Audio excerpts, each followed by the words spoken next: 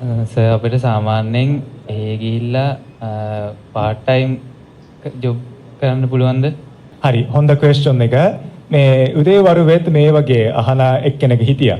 මේ කෙටියෙන් කිව්වොත් කෙලිම කිව්වොත් part time job එක කරන්න අවස්ථාව හම්බෙන්නේ නැහැ.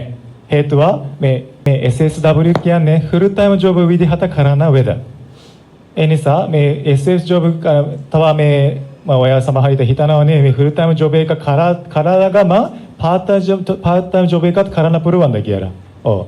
ඒ අවස්ථාවක් නැහැ නෑ මොකද නෑ අවසර නෑ. නීතියට අනුව වේද කරන්න ඕන නම් SSW විදිහට full time job එක විතරයි කරන්නේ.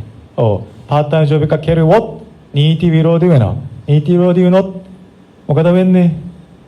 විසට අවසර දීලා තියෙනම කොන්දේශ වලට විරුද්ධයි.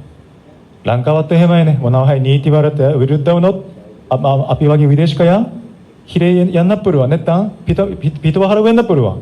නේද? ඔයගොල්ලන්ට එහෙම වෙන්න පුළුවන්. කැමතිද එහෙම වෙන්න? නේ. හරි. ඔයද තේරුණාද?